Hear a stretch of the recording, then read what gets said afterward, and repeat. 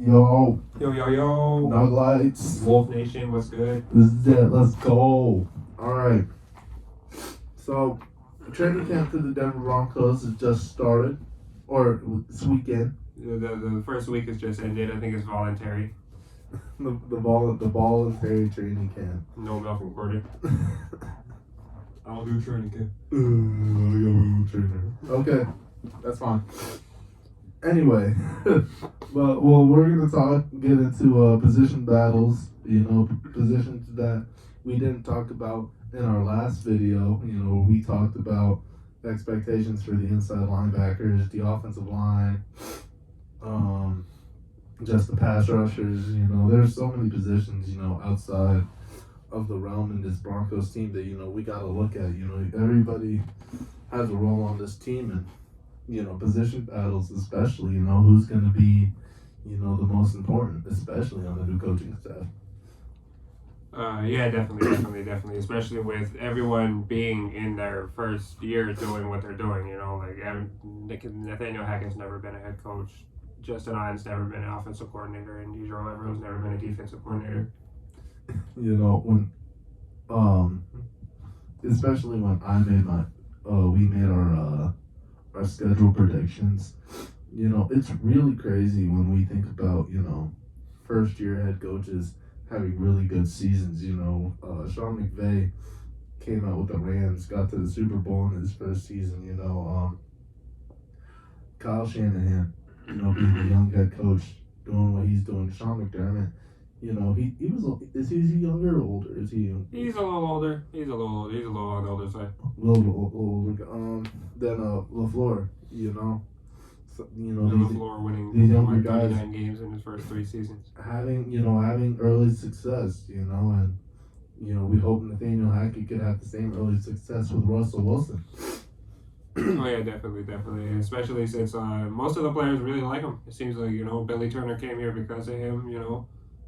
Fucking Justin Hyden came here because of him. Like a lot of people came here because of him. Yeah, man. Russ is gonna be here to hopefully get the Broncos back to the position that we were in 6 years ago with Peyton Manning. But it's gonna take. Hopefully, it clicks sooner rather than later, but it's going to take time. And Russ got this whole summer with a whole new coaching staff, especially for him. He's been under Pete Carroll for 12 years? 10 years. 11 years. He almost had 12 years in Seattle, and he's going to have a new environment, new coaching staff, and the coaching staff is brand new. New players. It's gonna be something for Russ to to handle, especially his first game going back to Seattle. Yeah, it's kind of the same system. I've been hearing it's the same system, but just different wording and whatnot. So that's always really got to get down, is what I've been hearing. Oh, and I'm just it did Peyton Manning, it did take 5 games for them to click. Remember where we started the season 2-3. Before that Chargers game, and we really took off after that Chargers game. Yeah, so we'll have to see, but let's go off with the first position battle. And it's not really a position battle, but it's here to it's here for us to talk about the running back spot of Javonte Williams being the number 1, and Melvin Gordon being that 1A running back. How much is Melvin gonna be involved? Then, how much is he going to take away from Javonte? We're paying the guy, so he is going to take I don't want to say a significant chunk, but I'm pretty sure it's going to be a pretty good chunk of carries that he's going to be taken away from Javonte. Hopefully not a lot. I do hope Javonte is this lead back, and he starts out this season as our starting running back, and he gets more touches than Melvin most games. I don't want him splitting carries again. Definitely not. Yeah, I think we'll see Melvin more in a shotgun sense as a veteran running back. If Russ wants to get into the shotgun position, Melvin's probably more suited for those kind of plays because Javonte is just that even though he is like a downhill runner, he's a he'll get those gaps, he'll hit the hole hard. You'd rather him be in the eye than coming in that shotgun. Yeah, most definitely. Yeah, and like I posted when there was news about us wanting to resign Melvin Gordon. I said, I wanted him to get more receptions than carries, which is unrealistic. But I want to see him more in the passing game. He's bigger, he's better. They're both pretty good at pass protection, but he's a bigger guy. Yeah.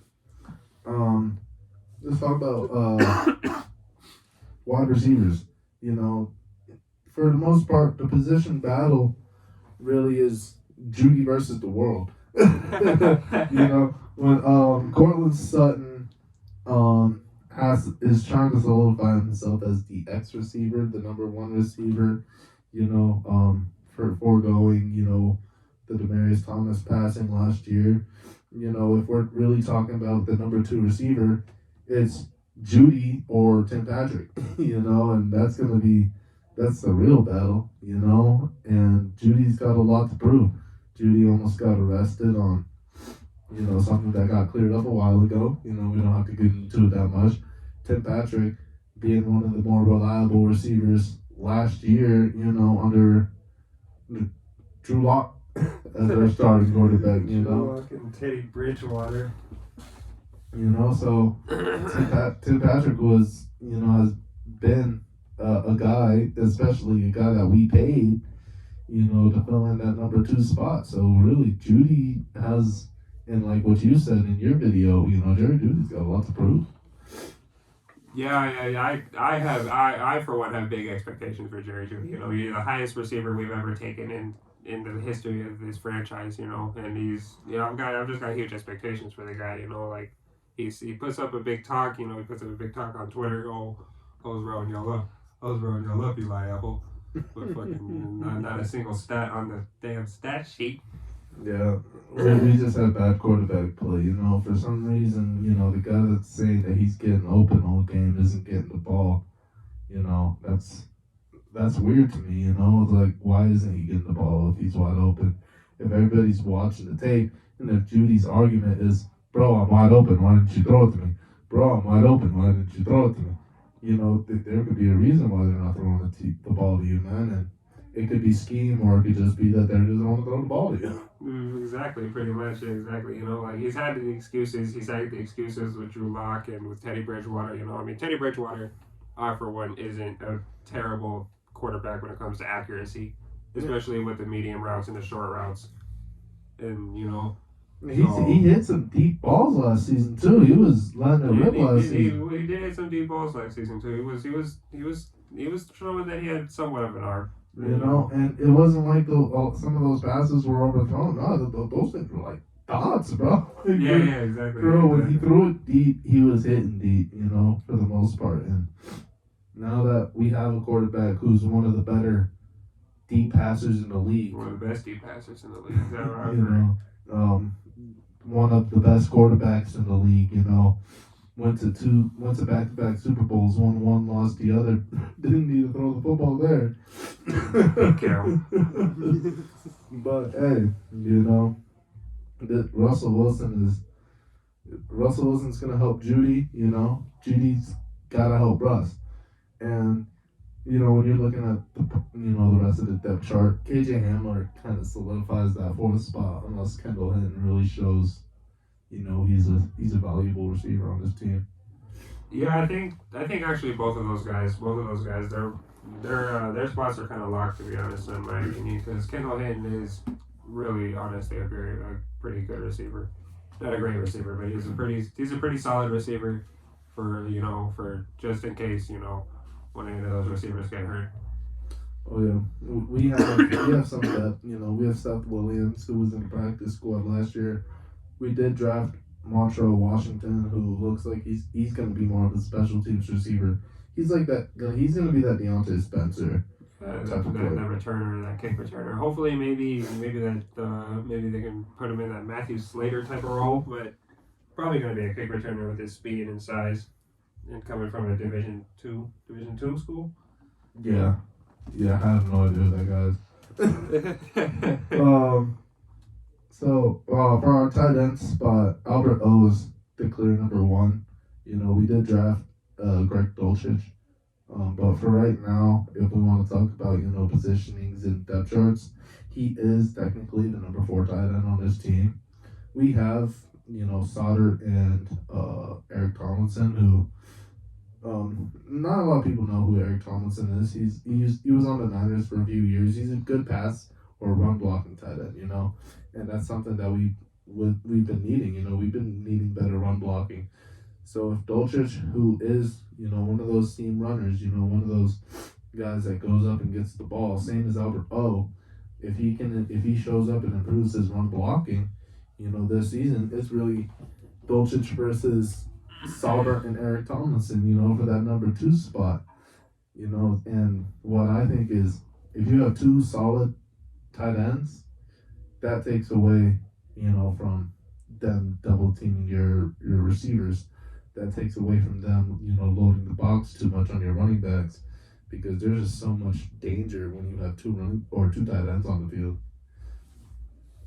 Yeah, definitely. I don't know. I kind of disagree there. I think Dolchich is definitely going to be pushing Albert over that starting position, just because of how high we drafted him. He was our second pick in the draft. He was our third. He was in the third round, but we drafted him with our second pick in our out of all our draft picks. So I believe that he is going to be pushing Albert over that starting position. We are I think we're just gonna throw Tomlinson or Saubert out there, just run plays or just a block. Like they're rotational tight ends. They're gonna be pushing no one for no time. Again, I think I can agree with you now. Thinking about cutting Tomlinson, I like the big body tight end, especially if we're gonna have big body blocking tight end. If we're gonna have like the two big seam runners that we would have in Dolchich and Albert O. Dolchich is a smaller guy than Albert O, but they're pretty much the same, archetype of tight end. Yeah, receiving type tight end. Yeah. And that's gonna be like the biggest problem. That's gonna be the biggest thing you gotta watch for Albert O this season too. Is has he improved on his run blocking? Is he? How much is he compared to everybody else? Eric Tomlinson could be a rotational guy, but what if he comes out, out of camp is like, Eric Tomlinson showed up, gave us the best, we've seen out of all of our tight ends, it's just great training camp, but it's like, hey, that means something. Yeah, I mean, if he comes out and does have a great training camp, we do definitely have to give him a look, and like in our group chat, we were texting about it, and I actually can see us keeping all four tight ends, like I'm thinking about it, like a lot of players could get sacrificed for us keeping four tight ends because of the way our offense is set up, and we are probably going to run the ball a lot, despite us getting rest and whatnot. But we are probably going to run the ball quite a bit, especially with Javonte and Melvin Gordon in that backfield. The O line, we can kind of brush past the O line. I talked about the O line a lot in the last video.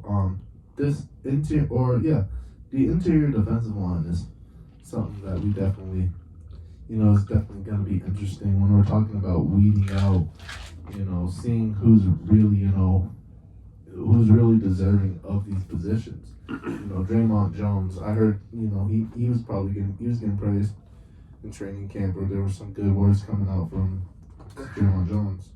Yeah, I like Draymond Jones, the declarer of the double-digit sacks every single season.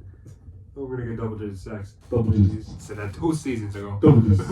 But, I like Draymond Jones a lot, and I do think he is a very good player. He's one of the most underrated players on our defense, to be honest, And I like Draymond Jones. I like our interior defensive line. I like the bringing of DJ Jones. I think that Jones and Jones is going to be pretty nice, to be honest, there. The drafting of Ozurike and who else? The white guy? Oh my god, I'm sorry. I don't remember his name. Oh, hold on. I think I got him on my thing. I'm pretty sure I got him here. Let's see. Picks. Very awful. Hold on, give me a second. We're doing it live. late did we draft this guy? Yeah, here we go. Henningsen, I think. Is he the nose tackle? Yeah, defensive tackle.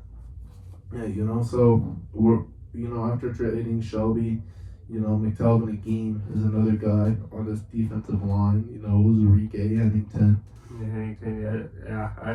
I kind of don't see how these guys get meaningful snaps with all those guys on the interior. And the signing of DJ Jones. I can't name them all on the top of my head, but I do know that we have a lot. There's a lot to think about, and that's gonna be the starting force. When I think about my defense, we need to stop the run first. Stop the run. Clog up the lanes, get to the quarterback. Winning in the trenches is the most important part of the game. And if even then, the pass rushers, let the pass rushers do their job. You know what I'm saying? But the interior line, it's about clogging up the lanes first and getting to the quarterback. Clogging and getting to the quarterback. That's what I think Draymond needs to understand a little bit more about his role too, because he could be a, outside pass rusher if we were running a 4-3 defense. But the reason why we're running a 3-4 and we have specific guys in those positions, it just pushes him down more or pushes him inside because of his, how big he is. Yeah, most certainly, definitely. Because he is more of an interior pass rusher in the first place because, he's part of that. He's in that 3-4 defensive end, like he's not a 3-4 defense outside linebacker like Chubb or Gregory, So I believe that he is going to step up this season, but I'm not sure about no double-digit sacks. I'll be happy with 5 sacks. Hey, I'll be happy. I'll get 5 sacks, but I want over 5. I want to see double-digit tackles for loss. Yeah. I want to see some tackles in the backfield. A whole lot of Clyde Edwards-Helaire just getting destroyed 3 yards in the backfield. That's what I'd like to see. I don't want to see you getting pushed back 5 yards. That's gonna be a no-go for me. Yeah, a no-go for me. Yeah, that's a negative. All right, and so middle linebackers and pass rushers. We went over that in our last video. This one, the cornerbacks. Cornerbacks, DBs. We'll just talk about the DBs in general. I see Patrick Surtain as the number 1. Ronald Darby. Do you think he's fighting the number 2 with Ojemudia? Or do we have another cornerback? Well, we got K'Wan Williams in free agency. That's probably going to be our slot guy, most definitely. I can see Ojemudia pushing Darby for that number 2, but I think Darby could probably win it out. Let me just express my disappointment for not getting James Bradbury while we had the chance. I mean, I don't know if we have a lot of we don't have that much cap space, obviously, but we probably could have signed him if we were to release Darby, I feel. We probably could have done that. That guy's like a number 1 caliber corner, and we could have had him as our number 2. She would have been fantastic. Yeah. When you think about it, he may be trash in Madden. He may have been bad. Overrated in Madden. He may have been pretty bad in New York, man. But when he was the number 2 corner or on the Panthers, he's made a Pro Bowl in the past 2 years. Dude, but the Giants are just a bad team. The Giants are just they're a dumpster fire. Now they're gonna have to see him twice a season against the Eagles. And the Eagles are a team on the come up.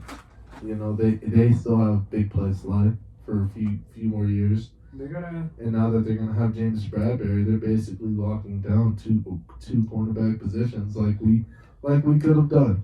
We could have done, but Ronald Darby, I don't know. He said we could see more interceptions this season. We should see more interceptions. He says he wants to see more interceptions, but that's what I want to see out of him too. But what does that mean, more interceptions? Because when you look at the defensive scheme, if it's gonna be the same with different verbiage, does that mean you guys they're gonna play the same? I think the defense isn't the same. I think it's a different 3-4. It's the same 3-4, but I think it's probably a different 3-4. It's a 3-4, but it's a different 3-4. I just Like the offense is the they, same, they but said that they're. I thought the defense was the one that was gonna be the same, but the verbiage was gonna be different. I'm gonna be honest, I haven't really heard much about the defense, but that's what I heard about the offense. Is that it's the same, but it's just different verbiage. Like that's what I heard for Russell Wilson. The City Patch River offense. Oh God. No. Like Russell Wilson, like where he came from. Yeah. Oh, okay. Okay. Like where he came Yeah, from. yeah. So like The same he'll offense have the he came same from. offense that like he had in Seattle, just different verbiage, you know. Yeah. And probably more say because you know that's probably what we agreed to in the trade. Mm-hmm. Yo, Russ is the head coach Russ is and the gonna be quarterback. cooking. If Russ wants to cook, Russ is gonna cook. That's how I'm gonna feel. We're gonna lose the game because Russell Wilson thinks he can get us back by throwing the ball up. Most likely. Then he's gonna blow out his arm. Then we're gonna see freaking Josh Johnson out on the field out for a game or two. Then we're gonna see Brett Ripp. Brett Rippin's gonna. Brett Rippin could win that matchup job. I want him to win that job. You know, just keep some kind of product you drafted instead of a guy that's been on almost every single team in the NFL. Yeah, exactly. Golly. Well, it ran long, but hey, we're gonna have some videos coming out for you guys. This was exciting. Again, it's a steady grind. It's a slow grind, but we're gonna get there eventually. Happy Memorial Day to everybody. And shoot, I think it's time for us to go soon. Oh yeah, definitely. Definitely. Happy Memorial Day. Yeah, that good wrap up here. Good time to wrap it up here. Definitely gonna be making some videos soon here. Gonna upload these. Definitely gonna be making some more content soon. Watch out for us, guys. We coming. Nuggets. Yeah, we're coming. Wolfpack. Wolfpack. Oh. Wolfpack.